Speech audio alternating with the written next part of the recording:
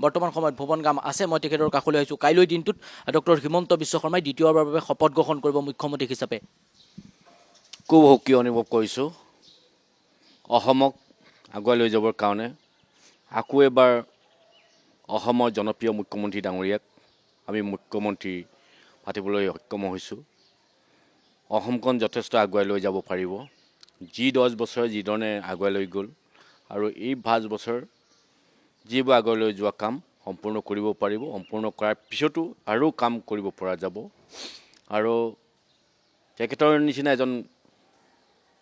নেতৃত্ব দিব পৰাৰ কাৰণে অসমখন যি বাংলাদেশী মিয়াসকলে যিটো অসমখন প্ৰভাৱিত হৈছিল ইয়াৰ পৰা মুক্ত হ'ব পাৰিব আৰু অসমখন আগুৱাই লৈ যাব পাৰিব ভাৰতৰ প্ৰধানমন্ত্ৰীৰ নেতৃত্বত যিধৰণে শপত গ্ৰহণ অনুষ্ঠানলৈ প্ৰত্যেকটো সমষ্টিৰ পৰাই সেই শপত গ্ৰহণ অনুষ্ঠান চাবৰ কাৰণে যিধৰণে আহিব আমাৰ মাজুলীৰ পৰাও কমে হ'লেও 100 প্ৰতিনিধি আহিব আৰু সত্ৰ অধিকাৰ প্ৰভুসকলে আহিব আৰু সেই ৰাইজৰ আশীৰ্বাদ এই আশীৰ্বাদক লৈ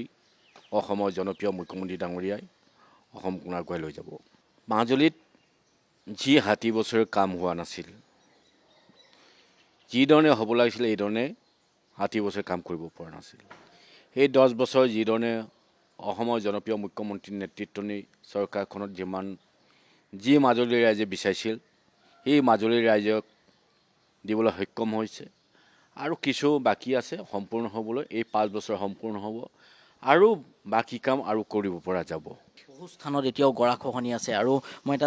সিদিনা দেখিবলৈ পাইছোঁ আপুনি এগৰাকী চৰকাৰী অফিচাৰক আপুনি ধমক দিয়া আপোনাক খং উঠিছিল আপুনি জয় লাভ কৰাৰ পাছতে কৈছিল আৰু আমি দেখিবলৈ পাইছোঁ আপুনি মাছৰ পোনাৰো তেনেধৰণৰ এটা ব্যৱস্থা কৰিছে এই কথাখিনি যদি অকণমান কয় চাওক আপুনি যিধৰণে কৈছে বহুত জেগাত গৰাখহনীয়া হৈ আছে মাজুলীত আমাৰ চৰকাৰ দিনৰ পৰা গৰাখহনীয়া নাই বুলি ক'লেও বঢ়াই কোৱা নহয় এটা জেগাত অলপ হৈছিল যে সামগ্ৰী বুলি জেগাত মোৰ এটাতে মোৰ দুখ লাগে মাজুলী মানুহে যেতিয়া কষ্ট অনুভৱ হয় আমাৰ চৰকাৰ নেতৃত্বত